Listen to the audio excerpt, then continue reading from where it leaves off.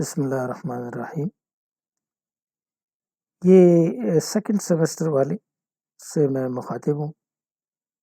آپ اگر یہ کورس کنٹینٹس اپنے ذرا دیکھیں، یہ آپ کا پیپر ہے foundation of literary theory and criticism, اور اس میں جو چیزیں ہم نے کر لی ہیں اس کو بھی پوائنٹ آؤٹ کر دیتا ہوں۔ مثلاً گریک کریٹکس میں ہم نے پلیٹو کو پڑھا، ارسطاٹل کو ہم پڑھ چکے ہیں۔ رینیسنس کرٹکس میں ہم نے سر فلپ سڈنی کو پڑھا ہے، اور ہم نے ان ڈاکٹر جانسن کو بھی پڑھا ہے۔ میں نے آپ کے ساتھ کچھ ویڈیوز شیئر کی ہیں۔ سیموئل جانسن کو فرام ملٹن یہ ہم نے فی الحال چھوڑا ہوا ہے۔ یہ ڈاکٹر جانسن کی شیکسپیرین کریٹیسزم پہ یہ آپ 5th سیمسٹر میں پھر پڑھیں گے۔ اور اس کے بعد رومانٹک کرٹکس میں ورڈسورتھ اور کالریج دونوں ہم نے پڑھے ہوئے ہیں۔ وکٹورین کرٹکس میں ہم نے میتھیو آرنلڈ کی دی اسٹڈی آف پوئٹری اور فنکشن آف کرٹیسزم پڑھا ہے، اور یہ والٹر پیٹر کا لکھا ہے آپشنل، تو یہ ہم نے چھوڑا ہوا ہے۔ اور ماڈرن کرٹکس میں ٹی ایس ایلیٹ میں نے آپ کو شیئر کیا ہوا ہے۔ تو ایک صرف رہ گیا ہے، اور وہ ہے سیموئل جانسن۔ ہم اس کو آپشن کے طور پہ چھوڑ سکتے ہیں، اتنا امپورٹنٹ بھی نہیں ہے، اور یہ 2-3 سیمسٹروں کا کام تقریباً یکجا کیا گیا ہے، تو اس لیے سارا کرنا ممکن بھی نہیں ہے، آپ کو یاد کرنا بھی ممکن نہیں ہے۔ یہ دوسرا حصہ اگر آپ دیکھیں تو یہاں پہ لکھا ہوا ہے a brief introduction to contemporary literary theories, تو اس کا ایک لیکچر تو میں آپ کے ساتھ شیئر کر چکا ہوں، جس میں لٹریری تھیوری اور لٹریری کرٹیسزم کا فرق ہے، لٹریری تھیوری کی ڈیفینیشن ہے۔ اب ہم ان جو لٹریری تھیوریز ہیں ان کو مختصر طور پہ میں چاہوں گا اس ایک لیکچر میں اکٹھا کر کے آپ کو بتاؤں کہ تھیوریز کون سے ہیں، اور اردو میں سارا بتاؤں تاکہ آپ کو سمجھ آ جائے، تو یہ لیکچر سارا اردو میں ہوگا۔ تو پہلی تھیوری ہے وہ لبرل ہیومنزم کہلاتی ہے۔ ٹینٹس کہتے ہیں کوالٹیز کو، وہ تھیوری جو لبرل ہیومنزم کہلاتی ہے۔ ہیومنزم کا مطلب تو انسانیت ہے، اور لبرل کا مطلب آزادانہ ہے۔ اب یہ دیکھیں گے کہ ان کا ریلیشن شپ نیچے کیسے آتا ہے، اور یہ تھیوری کیا ہے۔ تو تھیوری تو یہ ہے کہ یہ ایک انٹرنزک تھیوری ہے، جس کا مطلب یہ ہے کہ ٹیکسٹ سب سے زیادہ امپورٹنٹ ہے، اور لٹریری ٹیکسٹ یعنی نظم، ناول یا ڈرامہ، اسی کے اندر ہی میننگ پائی جاتی ہے، اور ہم اس کو کانٹیکسٹ میں نہیں رکھیں گے۔ ٹیکسٹ کے علاوہ جو چیزیں ہیں اس کا ذکر نہیں کریں گے۔ رائٹر کہاں پیدا ہوا تھا، اس کی زندگی کیسی گزری تھی، اس کا ذکر نہیں کریں گے، اس کی ضرورت نہیں ہوگی، اور اس کے ایج میں کیا تھا۔ تو یہ کسی ایک ایج کے لیے یہ نہیں ہوتا۔ This type of criticism is not, that is literature, is not for an age but for all times. آپ کسی یہ ایک ایج کے لیے نہیں ہے تو ہم اس کی ایج کا ذکر ہی نہیں کرتے، اور جو گڈ لٹریچر ہے یہ ٹائم لیس ہے، ٹائم لیس سگنیفیکنس رہتا ہے، اس کی اہمیت ٹائم کے ساتھ اٹیچ ہی نہیں ہے، یہ ٹائم سے آگے جاتی ہے۔ تو لہٰذا اس قسم کی تھیوری میں صرف ٹیکسٹ کو زیادہ اہمیت دی جائے گی، ٹیکسٹ کے علاوہ جتنی چیزیں ہیں اس کا ذکر نہیں ہوگا۔ ہم اسٹڈی کریں گے ٹیکسٹ کو آئسولیٹ کر کے، بغیر کسی آئیڈیالوجیکل اسمپشن کے، کیا مفروضے ہیں، کیا تھیوریز اس سے پہلے گزری ہیں، اس کو ہم استعمال نہیں کریں گے، اور یہ ایک قسم کی انٹرفیئرنس وغیرہ کریں گے۔ اور یہی بات میتھیو آرنلڈ نے بھی کہی تھی کہ ہم اس آبجیکٹ کو، ٹیکسٹ کو دیکھیں گے کہ ان اٹ سیلف یہ ریئلی کیا ہے۔ اس تھیوری کی بنیاد دراصل یہ ہے کہ ہیومن نیچر، اب دیکھیے یہ ہیومنزم کا ذکر آ گیا ہے، اور ہیومن نیچر جو ہے یہ تبدیل نہیں ہوتا۔ پرانے زمانے سے وہی جذبات ہیں، وہی ایموشنز ہیں، وہی سچویشنز ہیں، اور اس میں کنٹینیوٹی پائی جاتی ہے ہیومن نیچر میں. لہٰذا ہم نئی چیزوں کو نہیں پیدا کریں گے، بلکہ جو کچھ ٹیکسٹ میں موجود ہے اسی کو لیں گے. اسی طریقے سے انڈیویجویلٹی، انفرادیت، یہ بہت اہم ہے، اور ہر انسان دوسرے انسان سے ڈفرینٹ ہے. ایک انسان ڈیولپ تو ہو سکتا ہے، تبدیلی اس میں آ سکتی ہے انڈیویجول کے طور پر، لیکن اس کی مکمل ٹرانسفارمیشن، یکلخت تبدیلی، یہ ممکن نہیں ہے. لہٰذا یہ جو تھیوری ہے لبرل ہیومنزم، یہ اس قسم کی ٹرانسفارمیشنز کو کہانیوں میں یہ پسند نہیں کرتی. نیکسٹ یہ کہ اسی تحریک کا ایک مقصد یہ بھی ہے کہ جو لٹریچر ہے یہ ہماری زندگی کو بہتر بنائے گا، یہ بہترین ویلیوز کو پروپیگیٹ کرے گا، لیکن یہ پروگرامیٹک انداز سے نہیں ہوگا، پروپیگنڈا کے انداز سے نہیں ہوگا، بلکہ جو سبجیکٹ میٹر ہے اور اس کا فنکشن ہے یہ بہت مکسڈ ہوں گے. فارم اور کنٹینٹ دونوں فیوز ہوں گے آرگینک طریقے سے. سنسیریٹی بڑی لازمی ہے، ٹروتھ ٹو ایکسپیرینس بہت ضروری ہے، انسان کے ساتھ ہمدردی ضروری ہے، اور یہ ساری چیزیں ملا کر جو ہیں تو یہ اس تھیوری میں ہونی چاہیے، اور اس تھیوری کا نام ہے لبرل ہیومنزم. تو لبرل ہیومنزم کو چند الفاظ میں ہم نے پڑھا، بلکہ ایک جملے میں ہم یوں کہہ سکتے ہیں کہ the most important thing in liberal humanism is the text. It is an intrinsic theory. The meaning is taken only from the text. The context is not important. The writer's age, the writer's life, and the political background, the social background, the religious background, all these are unimportant. The only important thing is the text.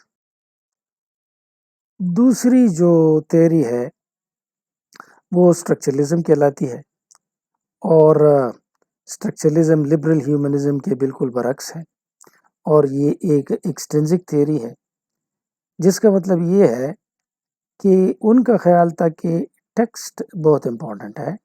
ان کا خیال تھا کہ text important اتنا نہیں ہے جتنا اس کا out side important ہے. میننگ یہ ان سائڈ کے اندر نہیں ہوتی، میننگ آؤٹ سائڈ کے اندر ہوتی ہے. آپ کانٹیکسٹ میں چیز کو ڈالیں گے تو پھر پتہ چلے گا کہ یہ کیا ہے. دراصل یہ جو اسٹرکچرلزم لفظ ہے یہ تو فرڈینینڈ ڈی ساسور نے استعمال کیا تھا، یہ ایک لنگوسٹ تھا، اور اس نے بات یہ کی تھی کہ لینگویج اسٹرکچر ہے.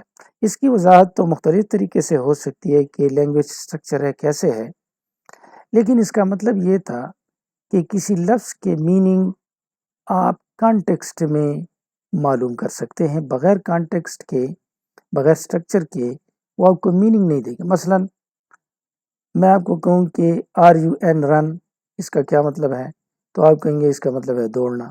اب ہم اس کو اسٹرکچر میں ڈالتے ہیں، ہی رنز اے فیکٹری. اب یہاں پہ ہی رنز اے فیکٹری کا مطلب، رن کا مطلب دوڑنا نہیں ہے، رن کا مطلب چلانا ہے. اگر ہم اس کو دوسرے اسٹرکچر میں ڈالیں، ہی از رننگ ٹیمپریچر، وہ بخار میں مبتلا ہے. یہاں رن کا مطلب رن نہیں ہے، دوڑنا نہیں ہے. تو یہ جو مطلب نکل رہا ہے یہ آگے پیچھے کے الفاظ کی وجہ سے، اسٹرکچر کی وجہ سے نکل رہا ہے. اسٹرکچر سے کسی چیز کو نکالیں گے تو وہ ختم ہو جائے گی. مثلا انسان پورا یہ اسٹرکچر کا مجموعہ ہے، پاؤں ہیں، ہاتھ ہیں، ناک ہے، آنکھیں ہیں، سر ہے، دھڑ ہے. لیکن اگر آپ اس کو الگ الگ کریں گے اور ہاتھ اکیلے ہاتھ لیں گے تو وہ انسان کے، بلکہ سارے ٹکڑے یکجا کر کے بھی رکھ لیں تو پھر بھی وہ ایک زندہ انسان نہیں بنے گا. تو اسٹرکچر امپورٹنٹ ہے اس حوالے سے. اور اس کی اگزامپل میں ہم کہہ سکتے ہیں کہ جان ڈن کی گڈ مارو یا پڑھ چکے ہیں، یہ نظم ہے. ایک اسٹرکچرلسٹ اگر اس کو ایکسپلین کرے گا تو وہ یہ بتائے گا کہ یہ جس قسم کی نظم ہے، اس قسم کی نظموں کو ایلبا کہا جاتا ہے۔ یہ ایک جانرا ہے اور اس کا ترجمہ ہے ڈان سانگ، صبح کے نغمے۔ تو یہ ان کی طرح کا ایک نغمہ ہے۔ اب دیکھیں ایلبا کا ذکر ادھر ہے ہی نہیں، ڈان سانگ کا ذکر ادھر ہے ہی نہیں، یہ ایک قسم کے سانگز ہیں۔ تو ہم نے اس سانگ کو جو کہ ڈن کا سانگ ہے یعنی گڈ مارو کو، اس کو ایک بڑے جانرا میں کانٹیکسٹ میں ڈال دیا ہے جو البا کہلاتا ہے۔ پھر جب آپ اس سانگ کا ذکر کریں گے تو آپ کو کوٹلی لو کا کانسیپٹ سمجھنا ہوگا، وہ بھی اس کے ساتھ ڈائریکٹلی ریلیٹڈ نہیں ہے، انڈائریکٹلی ریلیٹڈ ہے۔ تو پھر آخر میں ہم کہیں گے کہ ایک بڑی شاخ ہے، اس کو آلبا کہتے ہیں، اس کا مطلب ہے ڈان سانگز، اور ڈن کی یہ جو نظم ہے یہ اس ایلبا کی کا حصہ ہے، اس کا ایک پارٹ ہے۔ اب دیکھیں ہم ٹیکسٹ سے دور جا رہے ہیں، جانرا کی طرف، ہسٹری کی طرف، فلسفی کی طرف، ایلبا کی طرف، کوٹلی لو کی طرف، اور ہم ڈائریکٹلی اس چیز کی بات نہیں کر رہے ہیں جس کا ذکر ڈن نے کیا ہے۔ تو اسٹرکچر لسٹ جو ہے یہ پوری مرغی کو لیتا ہے، چکن کو لیتا ہے، لبرل ہیومنسٹ صرف انڈے کو لیتا ہے، جس کا مطلب یہ ہے کہ جو ہیومنسٹ ہے، لبرل ہیومنسٹ، وہ صرف ایک نظم یا ڈرامے کو لیتا ہے، ٹیکسٹ کو لیتا ہے، کانٹیکسٹ کو نہیں لیتا، اور جو اسٹرکچر لسٹ ہے وہ ساتھ میں کانٹیکسٹ بھی لیتا ہے۔ یہ مزید وضاحتیں ہیں، یہ آپ کو نیکسٹ سیمسٹر میں کراؤں گا۔ فی الحال آپ کو دو تھیریز کی سرسری طور پہ سمجھ آ گئی ہے۔ ایک تھیری جو ہے یہ لبرل ہیومنزم کہلاتی ہے، اس میں ٹیکسٹ امپورٹنٹ ہے، اور دوسری تھیری جو ہے وہ اسٹرکچرلزم کہلاتی ہے، اور اس میں جو اہم بات ہے وہ ٹیکسٹ نہیں ہے بلکہ کانٹیکسٹ ہے۔ نیکسٹ جو تھیری ہے یہ پوسٹ اسٹرکچرلزم بھی کہلاتی ہے، اور اس کو ڈی کنسٹرکشن بھی کہتے ہیں۔ یہ اسٹرکچرلزم کے برعکس ہے، اور اس کے مطابق جس طرح کے اسٹرکچرلزم میں جیسا میں نے بتایا تھا کہ یہ فڈن ڈی ساسور کے آئیڈیا سے لیے گئے ہیں کہ لینگویج اسٹرکچر ہے، اور جو کچھ بھی ہم دیکھتے ہیں ہم اس کو ایکسپلین کر سکتے ہیں لینگویج کی مدد سے، اس کے علاوہ ہمارے پاس دوسرا کوئی چارہ نہیں ہے، اور لینگویج ایک آبجیکٹیو چیز ہے اور ہر چیز اس کے ساتھ ایکسپلین ہو سکتی ہے۔ یہ اسٹرکچرلسٹ کی بات ہے۔ پوسٹ اسٹرکچرسٹ نے کہا کہ جی لینگویج تو بہت بے اعتبار چیز ہے، اور لینگویج میں میننگ ہمیشہ ڈیلیڈ ہوتے ہیں۔ فرض کریں کسی شخص کو جو کہ کسی دوسرے سیارے سے آیا ہے اور اس نے درخت نہیں دیکھا، اب اس کو، اور درخت موجود بھی نہیں ہے کمرے میں، اب اس کو وضاحت کرتے ہیں کہ درخت ایک چیز ہے جس میں پتے ہوتے ہیں، جس میں جڑیں ہوتی ہیں، تنا ہوتا ہے، تو اس کو تو نہ جڑوں کا پتہ ہے، نہ تنے کا، نہ پتوں کا۔ تو آپ پھر اس جڑوں کو ایکسپلین کرتے ہیں دوسرے الفاظ کے ساتھ، جب جڑوں کی وضاحت کرتے ہیں اس کے لیے اور الفاظ استعمال کرتے ہیں، اس میں جو الفاظ ہوتے ہیں وہ اس کو سمجھ نہیں آئیں گے تو اس کو اور الفاظ سے ایکسپلین کریں گے۔ یعنی آپ لینگویج سے نکل ہی نہیں سکتے، اور جو لینگویج ہے وہ میننگ کو ڈیلے کر دی ہے۔ ایک لفظ کو دوسرے لفظ سے ہم ایکسپلین کرتے ہیں، دوسرے لفظ کو تیسرے لفظ سے، تیسرے کو چوتھے سے، اور یہ اینڈ لیس ایکسپلینیشنز ہو جاتی ہیں۔ تو جو لینگویج ہے یہ بے اعتبار ہے، یہ کوئی فکسڈ جگہ نہیں ہے، اور جب کوئی فکسڈ ریفرنس نہیں ہوگا تو ہم صابن پہ کھڑے ہوں گے۔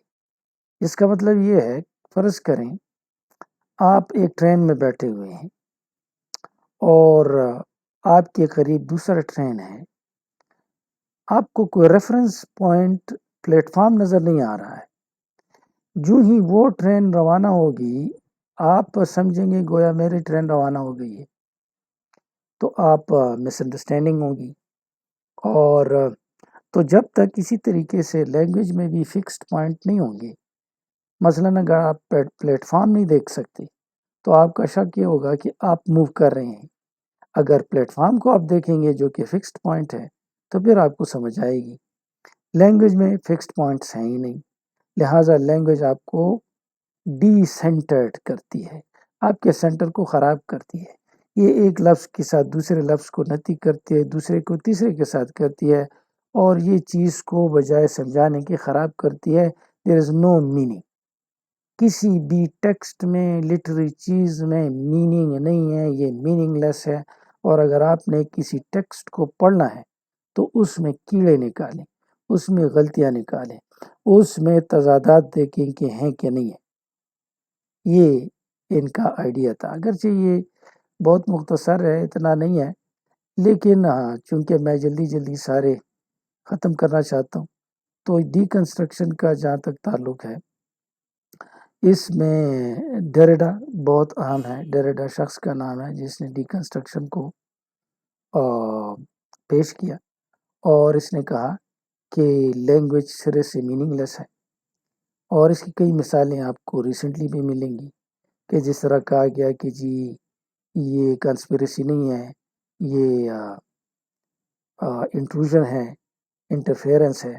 تو اب انٹرفیئرنس اس کا کنسپریسی میں کیا فرق ہے؟ لینگویج اس طرح کی چیز ہے کہ اگر کوئی بندہ کسی کو گالی دیتا ہے پشتو میں کہ تم یا اردو میں تم گدھے کی اولاد ہو، اور وہ بندہ رپورٹ کرے کہ جی مجھے اس نے گدھے کا بچہ کہا ہے، تو یہ قسم کھا کے کہے گا کہ میں نے تو اس کو گدھے کا بچہ نہیں کہا ہے، میں نے تو اس کو کہا کہ یہ گدھے کی اولاد ہے. تو تیسرا بندہ قسم کھا سکتا ہے کہ اس نے یہ نہیں کہا ہے کہ یہ گدھے کا بچہ ہے. لینگویج آپ کو مس گائیڈ کرتا ہے، لینگویج میننگ کو خراب کرتا ہے. لینگویج جو ہے اس کا کوئی فکسڈ پوائنٹ نہیں ہے، ایک لفظ دوسرے لفظ کی طرف اشارہ کرتا ہے، اور یوں لینگویج کی میننگ ڈیلیڈ ہو جاتی ہے. تو لینگویج میننگ لیس ہے. اس کی بڑی وضاحتیں ہیں، اور میں ان وضاحتوں کو فی الحال کے لیے چھوڑتا ہوں. یہ ہمارا تیسری تھیوری ہو جائے گی. پہلی تھیوری ہماری تھی لبرل ہیومنزم، ٹیکسٹ امپورٹنٹ ہے. دوسری تھیوری تھی اسٹرکچرلزم، کانٹیکسٹ امپورٹنٹ ہے. تیسری تھیوری ابھی جو ہم نے ختم کی وہ تھی پوسٹ اسٹرکچرلزم یا ڈی کنسٹرکشنزم. اور اس کا مطلب یہ تھا کہ لینگویج جس کو ہم پڑھتے ہیں، ٹیکسٹ جس کو ہم پڑھتے ہیں، یہ تو میننگ لیس ہے، اس کے خلاف بات کرو، اس میں کیڑے ڈھونڈو، اس میں تضادات کو نکالو. نیکسٹ جو تھیوری ہے وہ سائیکو انالیٹک تھیوری یا کریٹیسزم کہلاتی ہے، اور فرائڈ نے خاص طور پہ اس کو یوز کیا، اور اس نے علاج کے لیے یوز کیا اپنے سائیکولوجیکل پیشنٹس پہ یوز کیا. اور فرائڈ نے یہ بات بتائی کہ ایک تو ہمارا کانشس ہے، کانشس وہ ہے اس وقت جو آپ فیل کر رہے ہیں، آپ دیکھ رہے ہیں، محسوس کر رہے ہیں، یہ آپ کا کانشس ہے. اور دوسرا آپ کا اور یہ بڑا مختصر ہے، اس کی چیزیں لیمیٹڈ ہیں. لیکن دوسری طرف انکانشس ہے جو کہ سٹور ہاؤس ہے.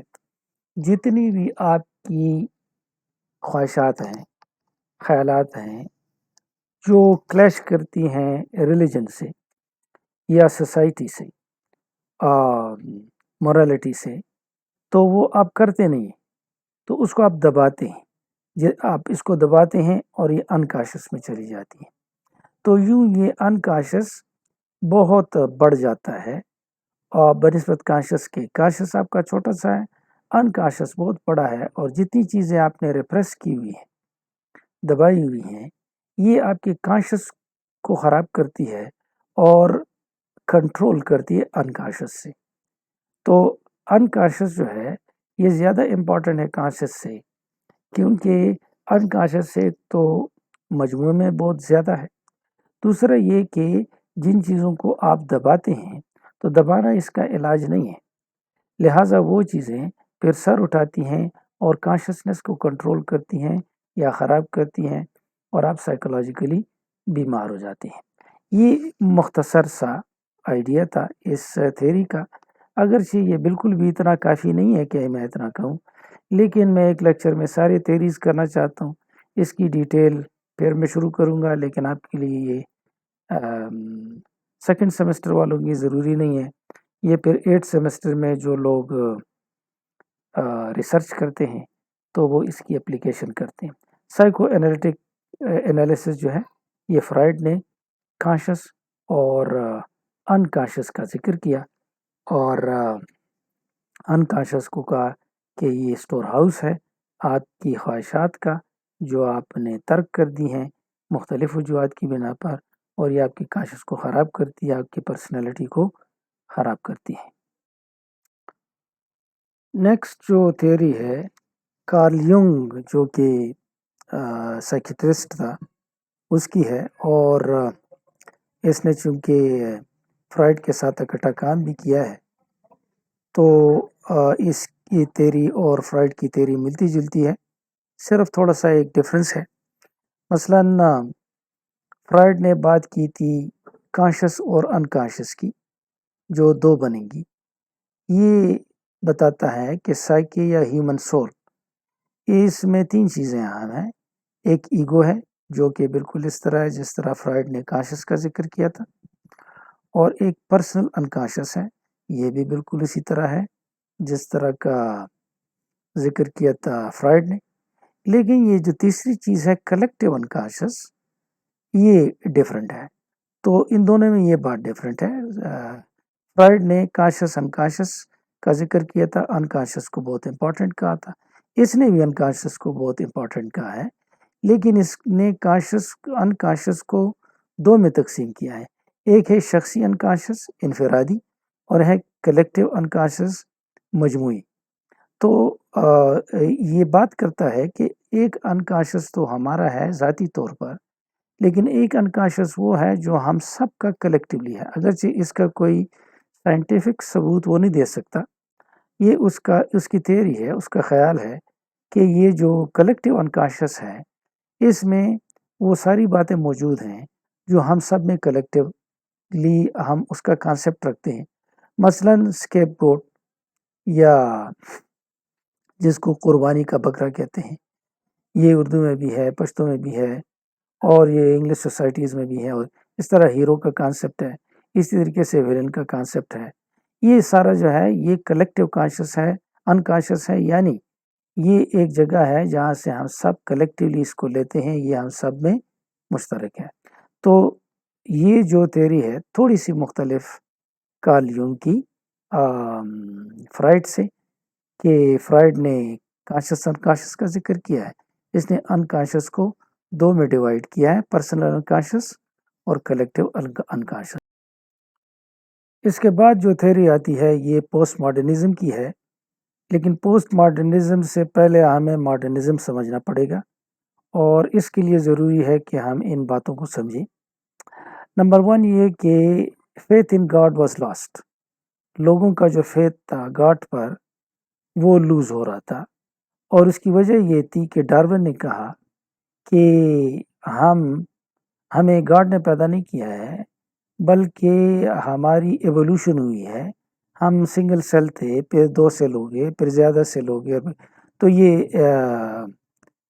جو ہم ہیں ہماری ایوولوشن ہوئی ہے، اور ہم سائنس سب کچھ کرتا ہے گاڈ نہیں کرتا، تو ایک تو یہ اہم چیز پہ ہماری بلیف، ان لوگوں کی بلیف ختم ہو گئی تھی۔ دوسری اہم چیز کنگ شپ تھی، بادشاہ تھا، اس پہ بھی بلیف ختم ہو گئی، کیونکہ کارل مارکس آیا اور اس نے کہا کہ بادشاہ اور جو ہے بمائے مڈل کلاس اپر کلاس ان کے ساتھ مل کر لوور کلاس کو ایکسپلائٹ کرتے ہیں، اور یہ ختم ہو جانا چاہیے، ہم بادشاہ کو مڈل کلاس اپر کلاس کو نہیں مانتے، تو یہ دوسری اہم چیز ختم ہو گئی، اس پہ بلیف ختم ہو گیا۔ ہیومن مائنڈ پہ لوگ یقین کرتے تھے، لیکن جب سیگمنڈ فرائڈ نے کہا کہ ہیومن مائنڈ میں جو کانشسنس ہے یہ تو بہت معمولی سا ہے. اصل جو چیز ہے وہ تو سب کانشس اور انکانشس ہے جو کہ بہت بڑا حصہ ہے اور یہ کنٹرول کرتی ہے ہمارے کانشس کو. تو کانشس مائنڈ جو ہے وہ تو اس میں تو بلیف ختم ہو گیا کیونکہ جو کہ انکانشس ہے وہ بہت بڑا ہے تو یہی چیز بھی ختم ہو گئی. نیکسٹ ڈیموکریسی پہ لوگوں کو یقین تھا کہ یہ بڑی اچھی چیز ہے لیکن جب فرسٹ ورلڈ وار ہوا اور تباہی ہوئی لوگ مرے تو لوگوں کا بلیف ختم ہو گیا ڈیموکریسی پر کہ یہ کوئی اچھی فارم آف گورنمنٹ نہیں ہے. ایکسکیوز.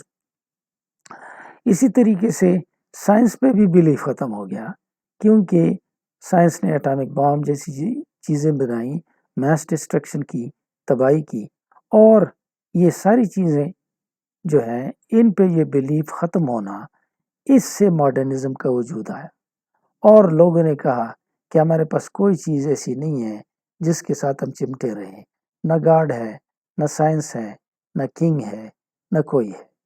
تو لہٰذا جو یونیورس ہے، دنیا ہے، فریگمنٹڈ ہے، ٹکڑے ٹکڑے ہے، اور ماڈرن مین تاہم بلیف کرتا تھا کہ اس کا کوئی سلوشن نکل آئے گا. تو یہ ماڈرنزم کہلاتا ہے. ماڈرنزم میں لوگوں جو ہے یہ نا امید ہو گئے، ان کی فریگمنٹیشن پہ یقین زیادہ ہو گیا، اور تاہم یہ ایک بات تھی کہ یہ ان کا خیال تھا کہ اس کا علاج ہو سکتا ہے. ماڈرنزم اور پوسٹ ماڈرنزم میں فرق یہ ہے کہ پوسٹ ماڈرنزم نے بھی کہا کہ ہم فریگمنٹڈ ہیں، ہم تباہ ہیں، ہم غرق ہیں، لیکن ماڈرنسٹ سلوشن کو پہ یقین رکھتا تھا کہ ہوگی. پوسٹ ماڈرنزم میں انہوں نے سلوشن کو ڈھونڈنا ہی چھوڑ دیا کہ ہم غرق ہیں اور اس کا کوئی علاج نہیں ہے، ہم لا علاج مرض ہیں. تو یہ ان دونوں میں ماڈرنزم اور پوسٹ ماڈرنزم میں مختصر سا فرق آیا.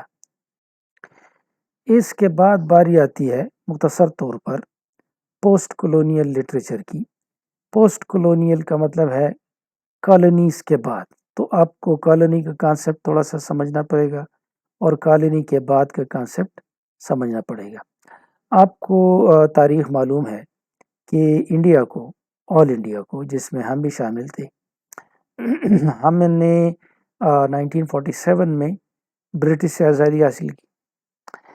اسی طریقے سے فرینچ کالونیز تھی جس میں سینیگال اور الجیریا شامل تھا، تو انہوں نے بھی کالونیز بنائی. اسی طریقے سے پورچوگیز کی کالونی تھی انگولا اور موزمبیک، اور برٹش نے، فرینچ نے، پورچوگیز نے جتنے لوگوں کو اپنا مطیع کیا، غلام بنایا، ان کو کالونیز کا نام دیا جاتا ہے. تو وہ لٹریچر جو کہ کالونیز کے فیور میں لکھا گیا اور ان لوگوں نے لکھا جو کہ ان کے کالونیز میں رہتے تھے، مثلا ہم لوگوں نے، یا سینیگال اور الجیرین لوگوں نے، انگولا اور موزمبیک لوگوں نے جو لٹریچر لکھا، یہ لٹریچر پوسٹ کولونیل لٹریچر کہلاتا ہے. اس میں اثرات ان کالونیز کے لوگوں کی ملتی ہیں اور ان کے خلاف بہت ساری باتیں ہیں. تو یہ جو لٹریچر ہے جس میں کولونیلسٹ یعنی برٹش اور فرینچ اور پورچوگیز کے حوالے سے یا ان کے خلاف باتیں ہیں، یہ پوسٹ کولونیل لٹریچر کہلاتا ہے. ان کے فیور میں بھی ہو سکتا ہے کہ اگر کوئی انڈین بندہ ہے اور وہ برٹش کے فیور میں لے کر آیا ہے تو یہ بھی ہو سکتا ہے، یہ بھی پوسٹ کولونیل لٹریچر کہلائے گا، یا فیور میں اور یا پھر نیکسٹ. اور فی الحال کے لیے میرے خیال میں اس کو آخر ہی کر دیتے ہیں کیونکہ تھیریز اور بھی بہت ساری ہیں. یہ فیمنسٹ تھیری ہے، جیسے نام سے آپ کو پتہ چل رہا ہے کہ وہ لٹریچر جس میں عورتوں کے حقوق پہ بہت زیادہ زور ہے کہ یہ عورت جو ہے یہ یا مرد سے تو بہتر ہے یا کم از کم مرد کے برابر ہے. تو اس پہ بہت ساری لٹریچر لکھی گئی، خاص طور پہ عورتوں نے بھی لکھا، مردوں نے بھی لکھا، اور یہ لٹریچر فیمنسٹ لٹریچر کہلاتا ہے. اور یہ تھیری کہ عورتیں جو ہیں مرد سے بہتر ہیں یا مرد کی طرح ہیں یا ان کو مردوں کی ضرورت نہیں ہے، یہ فیمنسٹ تھیوری کہلاتی ہے۔ تو یہ مختصر سا ایک بیان ہوا، یہ نوٹس بھی میں آپ کے ساتھ شیئر کر دوں گا۔ ان ساروں کا کرنا تو ممکن نہیں ہے ورڈ فار ورڈ، جنرلی میں چاہتا تھا آپ کو کچھ آئیڈیا بنے۔ سیکنڈ سیمسٹر والے خاص طور پر ان کا کام بہت لمبا اور بہت مشکل بنایا ہوا ہے، کیونکہ یہ 8 سیمسٹر اور 5th اور 6th سیمسٹر کی چیزیں ہم سیکنڈ سیمسٹر میں کر رہے ہیں۔ Any how, that's all for now, thank you and good luck.